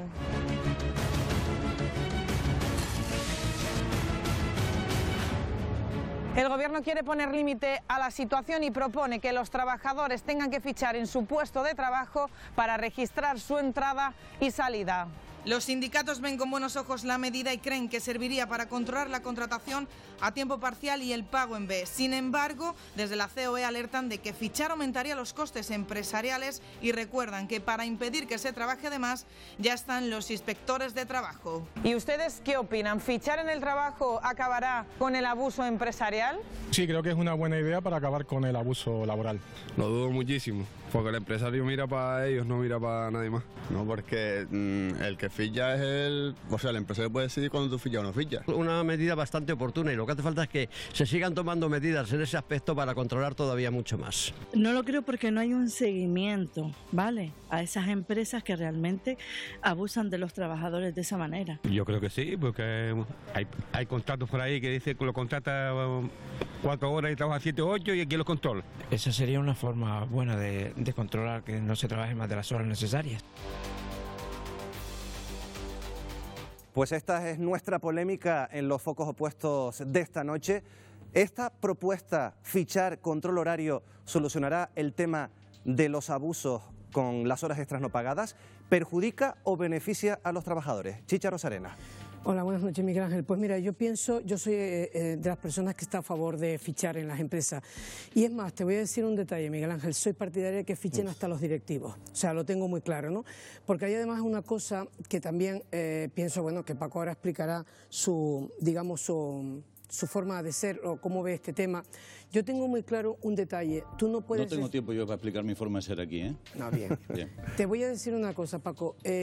Tú y yo conocemos, y vamos a ser muy sinceros, porque la audiencia lo agradecerá, la del Foco en Televisión Canaria esta noche, tú y yo conocemos gente que está cotizando por 2 horas y trabajando 6 y 8 horas. Yo no me atrevo a contestarle sí o no a la pregunta que nos ha planteado aquí Miguel Ángel de si esto va a solucionar o no el problema. Puede ser que lo solucione, puede ser que no del todo, pero sí estoy a favor de fichar y luego cuando tú intervengas diré también otras cosas porque creo que los buenos trabajadores, y con esto sentencio, los buenos trabajadores... Chicha, pues vámonos a casa porque a mí me pasa lo mismo que a ti. Yo no sé si esto va a evitar que se produzcan abusos. Mi impresión es que ninguna medida de control evita los abusos, ¿eh? Puede reducirlos, puede conseguir que se produzcan menos abusos y tal, pero no necesariamente se reducen los abusos por las medidas de control. Este país es un país en el que hay muchísimos controles y el control de fichar siempre ha sido un control que ha beneficiado a las empresas, no a los trabajadores. De hecho, la máquina de fichar se inventa para que los trabajadores tengan que rendir cuentas del tiempo que están. Lo que ocurre es que tenemos un gobierno que tiende mucho a la ocurrencia. Sí, y desde mi punto de vista esto es una ocurrencia nueva. Más que una no tengo nada claro, un oportunismo. Concluyo, no tengo nada claro que el hecho de que los trabajadores vayan a meter la tarjeta en el rollo de fichaje les pueda proteger de nada, porque pueden meterla y pueden sacarla y seguir trabajando si la empresa les fuerza, ¿no? Sí, Paco, pero estarás conmigo en una cosa. Si se consigue que los datos que se van generando cuando tú llegas a tu trabajo, fichas, esto vaya a una base común donde se pueda controlar que este señor trabaja 3 horas pagando, pero que luego hace 5 bajo mano porque ahí no se las paga. ¿Y eso cómo se hace a través de la máquina registradora? A través de la máquina de fichar. Yo me imagino que aunque sea un oportunismo, aunque sea una ocurrencia, como tú dices, que ahí estoy en parte de acuerdo contigo, hay una cosa clara, el gobierno tendrá que imponer también un sistema de recogida de datos. Vamos a meter un inspector en cada una de las oficinas a controlar la máquina de fichar. No. Hay una cosa que como se acaba con los abusos, como se acaba con los abusos es con más inspección. Como se acaba con los abusos es con personas con cabeza que vayan a las empresas y controlen si se produce fraude. El problema de este país es que van a tomar esa decisión y van a hacer ricos a un montón de empresas que se dedican a colocar máquinas de fichar en todos lados. Al final, fichar nunca ha favorecido a los trabajadores, ha favorecido a las empresas. Y aquí de repente le han dado la vuelta al argumento. ¿Qué trabajadores han querido que se fichara? Los buenos trabajadores no tienen miedo de fichar. Claro pero lo que no puede ser, y te lo dije al principio de este cara a cara, yo soy partidaria de que fichen hasta los directivos. Porque un directivo que es honesto, que trabaja y demás, no tiene nada que temer. Y tú y yo conocemos algunos que ni aparecen. Hay otro factor que hay que valorar, que es que no en todas las empresas el trabajo se realiza presencialmente. Si la tendencia en el mundo es hacer cada vez más trabajo fuera del ámbito laboral, ¿a qué viene este planteamiento de que la gente tenga que ir? Por ejemplo, te cuento, o sea, hay trabajos en los que sería razonable, que son los presenciales, el fichar. Pero ¿y en todos esos trabajos que no tienen que ver con lo razonable? Por ejemplo, ¿qué hace un señor que trabaja de obrero en la construcción? Donde fichan cada una de las obras, ¿va alguien con la máquina para que fiche? ¿Cómo funciona esto? Bueno, Paco, habrá un sistema, te lo acabo de decir hace unos minutos, porque me imagino que pese a ser una ocurrencia o un oportunismo, plantearlo ahora, que me expliquen cuál es ese sistema. Hay una cosa que está clara, Paco. Te repito, ni a los buenos trabajadores esto siempre le va a beneficiar. 2, quien te está hablando dice que aquí tiene que fichar hasta el tato. Es decir, los directivos y demás. Pero yo no sé para qué va a servir. Hay gente que ni aparece por su trabajo y no hay control. Lo tenemos que dejar aquí. Chicha, Paco, muchas gracias. Como ven, debate apasionante. Es una propuesta que está sobre la mesa, que tiene que aprobarse todavía. Estamos hablando de fichar en el trabajo, no solo en la administración pública, también en la empresa privada, Marina. Así es, Miguel Ángel, pero ahora toca hablar de las pensiones, y es que la OCDE ha vuelto a insistir a España en que, a menos de aplicar medidas urgentes, el futuro de las pensiones corre un riesgo importante. Medidas, por ejemplo, como aumentar los impuestos o también la edad de jubilación. Pues sí, Marina, la factura aumenta cada mes. El pasado noviembre la Seguridad Social desembolsó casi 9.300 millones de euros para pagar, fíjense, las pensiones, y la Seguridad Social acumula ya 7 años de déficit. Para que se hagan una idea, el Fondo de Reserva, también llamado Hucha de las Pensiones, cerró 2011 con 68.815 millones de euros. Hoy esa misma hucha solo tiene poco más de 5.000 millones de euros. En los últimos 10 años, el número de pensionistas ha pasado de 8,4 a 9,6 millones e irá en aumento porque todavía no han comenzado a jubilarse las generaciones del baby boom que entrarán en el sistema a partir del año 2023. Ante este panorama, la Organización para la Cooperación y el Desarrollo Económicos, la OCDE, propone 4 recetas. Aquí van. Primera, aumentar la edad de jubilación, algo que comparte el Fondo Monetario Internacional y el Banco Central Europeo, que ya insinuó que debería retrasarse hasta los 70 años. Pero la OCDE ya más lejos, apunta más lejos y recomienda incluso que las mujeres se jubilen más tarde porque tienen mayor esperanza de vida. La tendencia es a que las mujeres se retiren primero, curiosamente y paradójicamente, siendo que las mujeres viven más años. Segunda opción, que los trabajadores paguen más impuestos. Tercera, que las pensiones sean más bajas. Y la cuarta, es un poquito un resumen de todas las demás. Escuchen. La cuarta es un poco de todo, ¿no? Un poco de una especie de ensalada de estas soluciones. Bueno, pero de momento el gobierno no parece que vaya a hacer caso a estas recomendaciones y mantiene su intención de que las pensiones se revaloricen con el IPC. Ante esto, la Autoridad Independiente de Responsabilidad Fiscal es contundente, asegura que todos los partidos políticos están escondiendo, escuchen, el problema para no disgustar a su electorado y advierte, o se toman medidas o está en riesgo el futuro de las próximas generaciones porque el sistema no admite más parches. Y esos son los datos, ya lo han visto y se incorporan a este debate la abogada Rocío Moreno. ¿Qué tal? Muy buenas noches. Hola, buenas noches. Chicha Rosarena, periodista. ¿Qué tal? Muy buenas noches. Hola, Marina. También tenemos con nosotros a Domingo Méndez de la Asociación de Defensa de las Pensiones Públicas. ¿Qué tal? Muy buenas noches. Hola, buenas noches. Muy bien. Carmen Izquierdo, periodista. ¿Qué tal? Muy buenas noches. Buenas noches. Yo les lanzo la pregunta. ¿Hay que vincular las pensiones a la esperanza de vida? Paco Pomares. Yo no sé si esa es la fórmula, pero desde luego algo habrá que hacer para garantizar el sistema público de pensiones. Algo habrá que hacer porque no puede sostenerse sine die en las actuales condiciones, básicamente porque cada vez se producen aportaciones más bajas a la seguridad social y cada vez somos más las personas que aspiramos a tener una pensión. En los próximos 15 o 20 años se va a producir un aumento extraordinario de las personas que van a recibir una pensión. De alguna manera habrá Paco, que pagarlo. Continuamos, Chicha. Pues yo lo tengo muy claro, estoy de acuerdo con Paco en que algo habrá que hacer, pero desde luego no estoy de acuerdo que este sea el sistema. Y voy a decir una cosa, Marina, que a lo mejor es políticamente incorrecto. A mí lo que diga la OCDE y el Fondo Monetario Internacional y organismos de ese estilo no me valen porque ellos tienen unas pensiones del copón, se van de los puestos con unos sueldos estupendos, aguantan hasta la edad y yo soy partidaria y con esto te concluyo. Tiempo, Chicha. Rocío, contigo, ¿sí o no vincular a la edad de jubilación la esperanza de vida? Hay que cambiarlo y la esperanza de vida ha cambiado y la forma de vida ha cambiado. Hay que cambiar, por tanto, el sistema de pensiones que está claro que no funciona. Continuamos contigo, Domingo. ¿Hay que vincular las pensiones, sí o no? Aumenta, va a disminuir en función del nivel de vida que tiene la gente, la cantidad de parados que hay, de las enfermedades que están apareciendo en función de la situación social cada vez más grave. Va a disminuir la esperanza de vida, para empezar. Segunda cuestión, a mí no me parece que haya que aumentar el periodo de cotización cuando hay una cantidad de gente que está parada, jóvenes que no trabajan y personas de más de 50 años que nunca se podrán jubilar antes de morir porque no cobran, ya, Domingo, no cobran nada. Continuamos con Jorge.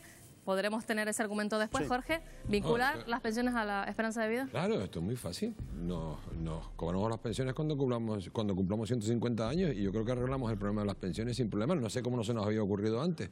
La verdad es que somos idiotas. Carmen Izquierdo. Pues efectivamente, el otro día escuchaba a un político decir que dentro de poco habrá una franja de edad que tenga 100 años. Y me sorprendió que, hombre, una cosa es que tengamos gente mayor, otra cosa es que demos por hecho que mucha gente va a tener 100 años. Creo que hay que ligar los presupuestos de pensiones a los presupuestos generales del Estado y darle una prioridad, puesto que vamos a tener una gran población. No mermar su calidad de vida cuando han trabajado tantos años, me parece una barbaridad. Lo que sí es cierto es que la OCDE también ha hecho más recomendaciones, entre otras que sean las mujeres las que se jubilen más tarde. Curioso, Paco. Bueno, yo básicamente si el criterio se vincula a la esperanza de vida, si se vincula a la esperanza de vida, que yo he dicho antes que no me parece el sistema razonable, por supuesto que las mujeres viven más que los hombres, tienen esa suerte, pero tienen otros muchos inconvenientes que no se suman a eso. Pero en cualquier caso yo es que creo que se parte de un concepto erróneo, que es el concepto de vincularlo a la esperanza de vida. Yo creo que las pensiones tienen que vincularse a la posibilidad que tiene la economía de sostener las pensiones. Y la economía puede sostener las pensiones si se le dedican recursos a las pensiones. Cada vez van a hacer falta más recursos, tantos tantos que nos vamos a quedar muy sorprendidos porque en los próximos 20 o 30 años prácticamente se va a duplicar el número de pensionistas que hay en estos momentos, mientras que no se va a duplicar el número de trabajadores. Yo creo que a lo que hay que vincularlo realmente es a la cotización. Porque es que la gente se lleva las manos a la cabeza con los planes con las pensiones, pero es que luego la gente no se preocupa por cotizar. Y si yo no cotizo, no pago a la seguridad social, no tengo pensión. Y no hay compromiso, ningún tipo de compromiso moral para cotizar, para poder dar a papá Estado para que nos dé. No podemos pedir siempre gastos, sin que pueda llegar un ingreso. Sí, estando de acuerdo con Rocío en lo que está diciendo, porque además lo habíamos comentado antes de entrar en los estudios, yo pregunto, Marina, ¿alguien sabe cuándo se va a morir? Porque claro, es que a mí hablamos, es que me hace mucha gracia, esperanza de vida, un momento, aquí nadie nos ha dicho, ni el más rico ni el más pobre sabe cuándo se va a morir, porque la muerte nos llega en el momento que nos tenga que llegar, ya quisieran muchos saber cuándo se iban a morir. Después, otra cosa, lo que decía Rocío, hay gente que bueno, que no quiere cotizar durante su vida, pero luego quiere una pensión. No, y lo que yo no estoy dispuesta, como no estará dispuesto mucha gente que nos esté viendo esta noche aquí, Marina, es una cuestión muy, muy sencilla. Es decir, si tú has cotizado 40 años, tú tienes derecho a cobrar por lo que tú has cotizado. Y lo que no puede ser es que te digan, no, ahora le doy un poco menos y ya cuando tenga 80, 90 años le daré más. ¿Cuándo? Cuando yo sea una piltrafa, cuando no me pueda mover, no. Lo quiero mientras esté bien. Un sistema mixto como Suiza. Sí. Suiza, por ejemplo, tiene una parte de todo lo que cotiza cada ciudadano, ese dinero va para su hucha. Están las huchas individualizadas. Pues eso me parece, haciéndolo de manera mixta para la gente que no pueda ingresar dinero en esa hucha, pero también, oye, que si yo estoy engordando el cerdito trabajando, no estoy en la playa. Domingo. Las pensiones se vinculan al periodo de cotización que se tiene, no se vinculan a ninguna otra cosa. No es cierto que a la gente se le pague pensión sin haber cotizado. Y las pensiones, digamos, contributivas son como mínimo a partir de los 15 años, que sigue subiendo ahora el periodo mínimo de tiempo para cotizar. Lo que está ocurriendo con las pensiones en este país es que en primer lugar hubo una reforma del señor Rodríguez Zapatero que planteó el aumento de la edad de jubilación hasta los 67 años. Y además de eso planteó el periodo de pensiones para cobrar el 100% de la base de pensiones de 37 años. Esa cuestión lo que hace es aumentar no el periodo de tiempo digamos, de cotización, sino el periodo de tiempo que se está parado antes de llegar a cobrar las pensiones, porque a partir de los 50 y pico de años, en esta situación de crisis, lo que ha ocurrido es que muchas personas han quedado en paro y han cobrado esos 400 y pico de euros durante tiempo mientras ha querido el gobierno que los cobre. Ese es un gran problema, igual que la reforma que hizo Rajoy, que plantea que se suba siempre un 0,25%, con lo cual se ha estado perdiendo poder adquisitivo por los que hoy son pensionistas. Jorge, continuamos contigo. Si la OCDE y la FMI nos están dando ciertas recomendaciones porque el sistema, aseguran, está quebrado, ¿qué es lo que tiene que hacer España? Vamos a ver, el FMI es ese organismo donde los directores persiguen camareras por los hoteles. Yo no le haría mucho caso, pero yo me tomaría en serio el problema de las pensiones, porque sí es verdad que el sistema español está quebrado. Esto es como el Fórum Filatélico, que se vendía el mismo sello 40 veces, ¿no? El problema de las pensiones no es cobrar, el problema de las pensiones es pagarlo. La tasa de reposición que ahora mismo en España es de las más bajas que tenemos nunca. La hucha está agotada. Estamos cubriendo con 15.000 euros este año, creo, 15.000 o 18.000, andará por ahí. Lo que tenemos que poner de los presupuestos generales del Estado, como tú bien dices, en las pensiones. Pero las pensiones es en lo que se basa la estabilidad de nuestra democracia. Es un sistema fundamental. Claro. O sea, no se pueden cambiar las reglas de juego con una ocurrencia cada 5 días. Continuamos ahora mismo con ese argumento, pero tenemos que introducir otra voz a este debate, y es que es cierto que los organismos internacionales siguen recomendando a España, por ejemplo, que se fomenten otros planes privados de inversión, otros planes privados de pensiones. Tenemos con nosotros al economista Fernando Redondo. Fernando, ¿qué tal? Muy buenas noches. Buenas noches. Fernando, cuéntanos, ¿es cierto, es necesario, España necesita que se comiencen a fomentar los planes de inversiones, los planes de pensiones privados? Bueno, en primer lugar estamos hablando de uno de los sectores más vulnerables que tenemos en la sociedad, y esto parece que estamos hablando de números y estamos hablando de personas, ¿no? Y es uno de los factores de cohesión social más importantes que tenemos, que es el plan de pensiones. Es evidente que la esperanza de vida ha aumentado, es decir, una persona hoy de 70 años no es la misma de hace 10 años, está en perfectas condiciones. Lo que se recomienda en general es que no vayamos a números exactos, es decir, todo el mundo se jubila a los 65 o a los 70, sino que existan métodos para ver quién puede seguir sobre todo porque la formación es muy larga. Formar a un médico se tarda muchísimos años y no podemos desaprovecharlo, ¿no? Ese es el primer elemento. El segundo elemento es que la esperanza de vida, al ser mayor, España tiene un sistema que antes oí que es el tope. Es decir, el sistema lo que tiene que garantizar es un máximo. Y a partir de ahí, quien quiera tener mayores prestaciones de pensión puede ir a la... Usted lo elige de manera libre, pero un sistema privado. ¿Lo recomendaría actualmente? Tal y como están las cosas, ¿lo recomendaría? No, al sistema no. No, que el sistema no tiene por qué entrar ahí. No, si recomendaría tener un plan de pensiones privado. El que lo quiera tener él lo puede hacer perfectamente, ¿no? Es decir, porque yo, en mi caso y muchos de nuestros profesionales, cuando nos hemos jubilado estamos cobrando menos de lo que nos correspondía matemáticamente. Pero lo que tenemos que hacer es, podemos hacer un plan de pensiones privadas, porque lo que estamos haciendo es una fragmentación social, lo estamos haciendo en la sanidad, lo estamos haciendo en la educación, y ahora vamos a por las pensiones. Es decir, no puede haber personas que se queden en indigencia, porque eso es lo que se está planteando. Ojalá la gente pudiera tener un plan de pensiones privadas. Es decir, con los salarios que tenemos en España, que estamos a la cola de Europa, muy cerca de Grecia, no se le puede decir a un señor que encima tiene que hacer un plan de pensiones privadas. El Estado tiene que garantizar una seguridad, porque además no pueden trabajar. Una persona de 80 años, de 83, Fernando, pero quizás estamos hablando de una... Sí, quizás estamos hablando de una utopía. Te lo pregunto directamente. Las personas de mi generación, 30 años, ¿vamos a tener jubilación, vamos a tener pensión pública? Sí, claro, por supuesto. Es un problema de voluntad política. Esto es como lo que están diciendo, la sanidad puede cubrir todo. Bueno, habrá algunos aspectos que tendrán que hacerse planes privados de sanidad, pero el Estado tiene que cubrir un mínimo. Hay que garantizar que todo el mundo que ha trabajado tiene derecho a tener una pensión digna el día que se jubile. Fernando Redondo, economista, muchísimas gracias, muy buenas noches. Nosotros vamos a seguir hablando de pensiones, eso sí, después de una breve pausa. No se muevan, volvemos enseguida.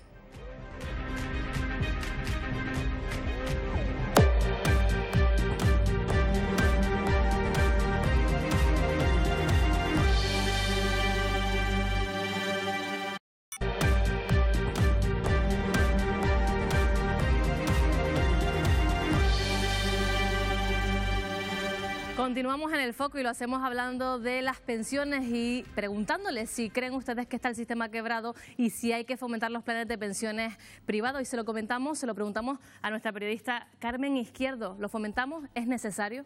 Los planes de pensiones privados, considero que empieza a ser un negocio hasta capcioso, casi como otros molestos. Lo digo de verdad, porque determinadas empresas de captación de ahorro, que se llaman así ahora, están incluso asustando con los swaps de los bancos, diciendo que ellos sí son mucho más seguros que los bancos, que tienen productos engañosos. Y si el ahorro de los pensionistas es tan suculento para determinadas empresas, ¿por qué la gente mayor nos estamos creyendo que no es válida y no es una fortaleza y no es un sistema económico? Y me pareció, la verdad, el hombre de la ensalada de la OCDE, muy ofensivo el decir que no sabe por qué las mujeres que viven más se jubilan antes, porque hay muchas personas dependientes que ellas muchas veces piden excedencias o se quedan a cuidarlo, lo sabe cualquiera. Me parece increíble que estas personas que hablan del futuro de todos los ciudadanos no tengan ni idea de cómo vive la gente de calle. Quizás están hablando de otra realidad. Rocío Moreno no está de acuerdo. Pero, a ver, yo considero que el plan de pensión privado no hace ningún tipo de mal y que no se engaña a nadie. Y si se engaña, se deja engañar. Para eso está el que alguien se informe. No se puede partir de una base de que un plan de... ¿Se dejaron engañar? Pero, Carmen, no se puede partir de la base de que un plan de pensiones complementario privado es malo porque se van a aprovechar de las personas mayores. Pues estás partiendo de la base de que es una persona ignorante. No es que se vayan a aprovechar de las personas mayores. Y luego aparte yo lo complemento, pero yo lo complemento esa pensión, porque oye, si yo luego voy a ver que están asustando, pues yo lo que estoy viendo, no comparto la opinión de Fernando Redondo. La verdad que lo que yo pienso es que yo no voy a tener pensión por parte del Estado. Entonces yo creo que la tengo que reforzar y lo que no quiero es verme el día de mañana fastidiada, porque además no me dejarán trabajar si quisiese trabajar. Yo creo que sí tendrás pensión. En este país, en general, es que todo es a fuego, o sí o no, y todo es bueno, o es malo, o es blanco, o es negro. Miren, la mitad de los países europeos tienen sistemas combinados de pensiones. La mitad de los países más desarrollados y progresistas europeos tienen sistemas combinados. En Francia, el Estado garantiza una pensión mínima a todo el mundo, igual para todo el mundo.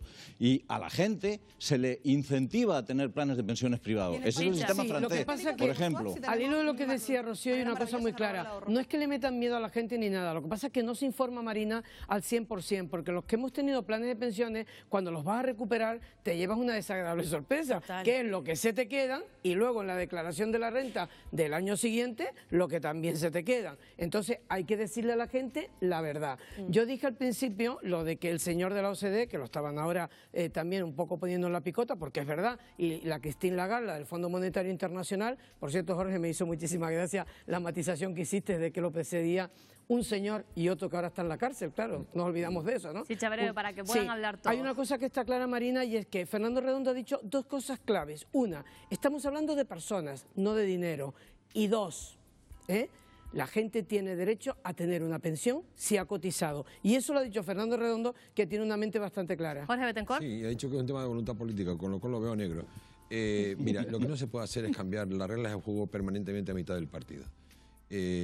Tú firmas un contrato con el Estado, te pasas toda tu vida trabajando y cotizando, tú y tu empresa cotizando para un fondo de contingencia que se supone que es tu jubilación, y lo que no pueden hacer a mitad del partido es cambiar las reglas. Y en este país nos estamos acostumbrando a cambiar las reglas a mitad del partido y eso es un abuso.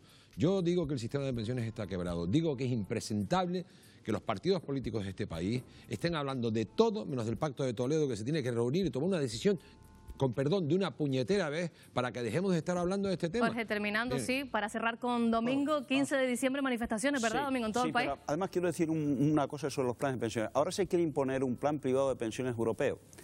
En buena medida, las asociaciones de pensionistas estamos en contra de esto. Consideramos que se debe cobrar la pensión en función de lo que se haya cotizado. Los planes privados de pensiones sirven para que sean un fondo para manejarlo especulativamente por parte de los bancos, que pueden además desaparecer. Hay planes privados de pensiones que han desaparecido y no han dejado nada a los que han aportado. Pero es que además no valen sino para personas que tienen un nivel de renta alto. Nadie puede pensar que con un salario normal, cotizando mes a mes, vaya a tener una pensión.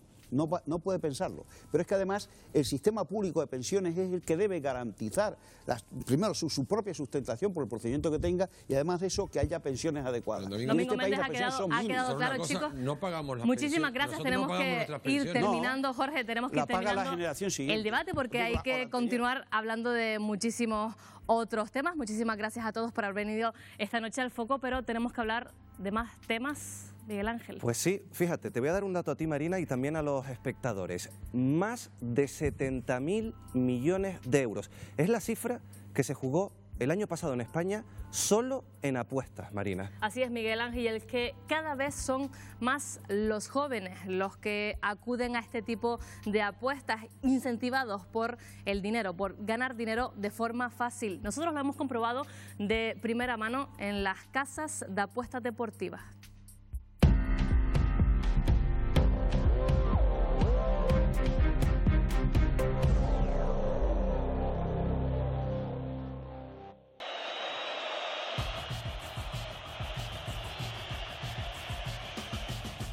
¿Cuánto has apostado? 2 euros. Apuesto dinero, poca cantidad, y obtengo mucho dinero, mucha cantidad. ¿Cuánto dinero has invertido en esta apuesta? 50 euros. ¿Y cuánto puedes ganar? 550. Acabas de entrar en una casa de apuestas. ¿Te han pedido DNI o algo para jugar? No, entré sin más. ¿Tú qué has llegado a hacer por apostar? He robado. Señores, si de esto se viviera, yo no estaría aquí trabajando. Yo estaría todo el día metida en el casino jugando y apostando. El sector del juego en España en lo que va de año ha facturado más de 180 millones de euros. En concreto, las apuestas deportivas han generado 100 millones. Un dato más que sorprendente. A día de hoy, las apuestas suponen más del 50% del dinero que mueve el sector. Apuesto de vez en cuando, a lo mejor 2 apuestas al mes. ¿Cuánto has apostado? 2 euros. La ganancia son 27 euros. Hombre, si tuviera yo ahora 200 euros...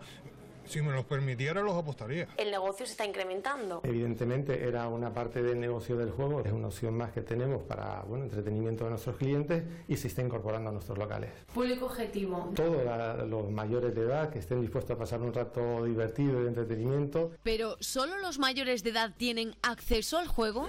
Colocamos un micro a Enzo, un chico que tiene 18 años recién cumplidos. Se dirige hacia una casa de apuestas y fíjense lo que ocurre. Entra sin problemas y una vez dentro, apuesta. Enzo, tú físicamente ni de broma aparentas 18 años. Pues no, la verdad es que no, y encima yo vine a cumplir 18 hace un par de semanas, ¿sabes? Que no, la mayoría de las veces que he apostado ha sido siendo menor de edad. Hemos estado escuchando el micro que te habíamos colocado y lo único que se oía era silencio. Sí, nadie me preguntó en ningún momento, o me preguntó por mi documentación o qué edad tenía, nada. Nadie se acercó a mí a ver si realmente tenía los 18 años.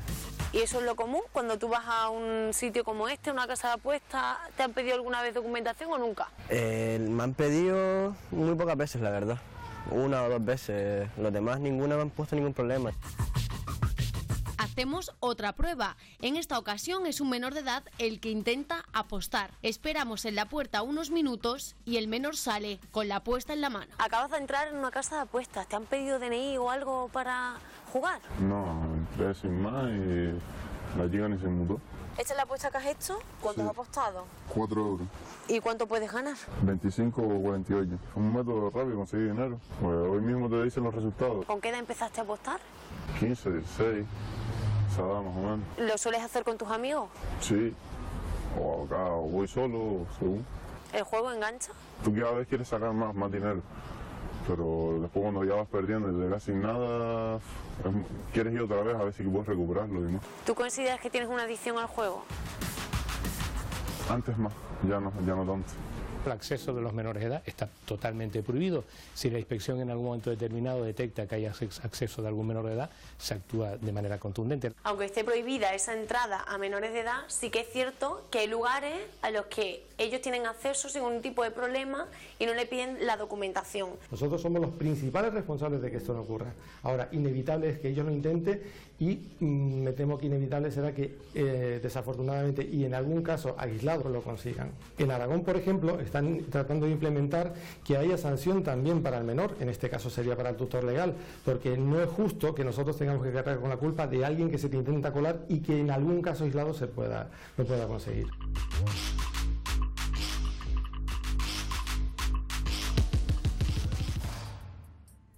Ya lo han visto, el juego es una vía de escape para muchos. Cada vez se juega más y sobre todo más personas con menos edad, más menores de edad. El peligro, Marina, que el juego la apuesta se convierta en algo más que una distracción. Así es, Miguel Ángel, y es que los expertos advierten del peligro y de la adicción que genera este tipo de apuestas. ¿Quieren conocer qué es lo que se siente desde dentro en el mismo momento de apostar? Lo vemos en la segunda parte de nuestra Zona Cero.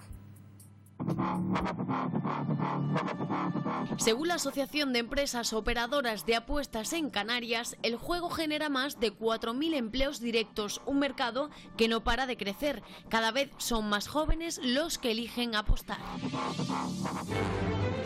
Su nombre es Daniel, tiene 30 años y es fanático del Real Madrid. Hoy es un día importante para él porque juega a su equipo y además ha apostado. ¿Cuánto dinero has invertido en esta apuesta? 50 euros. ¿Y cuánto puedes ganar? 550. Colocamos una cámara y vivimos a través de sus ojos el partido.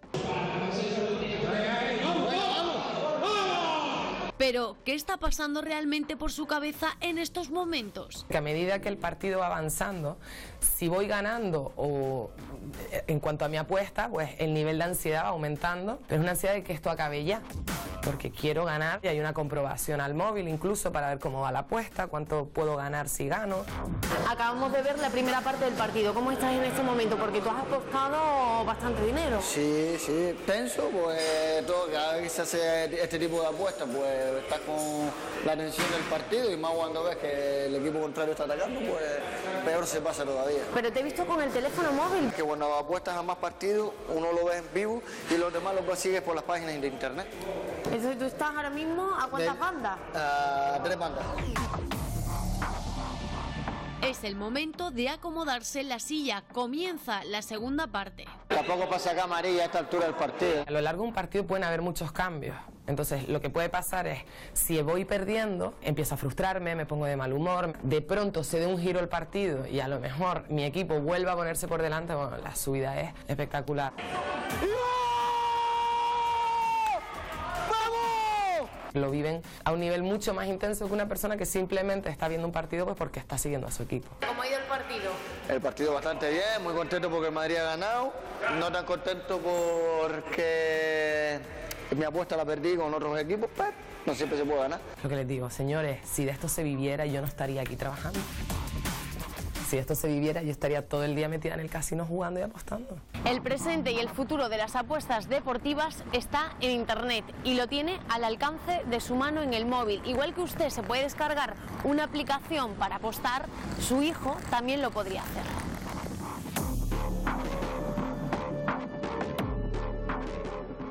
La Fundación ADSIS lleva años trabajando la adicción en jóvenes. En los últimos años cada vez más está acudiendo personas más jóvenes con problemas de ludopatía, pero relacionados con las apuestas. Depende del uso que le hagan, se puede terminar teniendo una adicción. De hecho, aquí tenemos jóvenes que han venido con unas deudas tremendas, ¿no? O con delitos penales, ¿no? Como usurpar la identidad de otra persona para poder apostar porque son menores de edad. ¿Tú qué has llegado a hacer por apostar?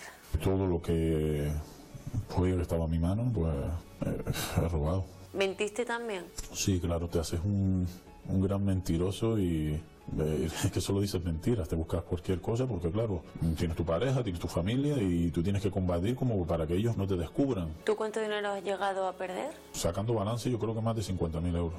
Yo estaba, en la mierda, soy licenciado en educación física, entonces claro, el deporte pues me apasiona, cualquier tipo de deporte, entonces pues por ahí pues ya vino un poco lo que me llamó, ¿no? A apostar, a engancharme al juego. Llegué a pedir un crédito para poder tener saldo en el banco porque cada vez que cobraba cubría mi gasto, pero después llega a final de mes que no tenía dinero. Un día llega una llamada a casa de que tengo un saldo pendiente en mi cuenta, entonces mi madre va al banco, investiga y se da cuenta de que no tengo dinero en la cuenta cuando yo le he dicho que sí tenía. Ludópatas desde antes de los 18 años, menores atrapados en las apuestas, una enfermedad que engancha.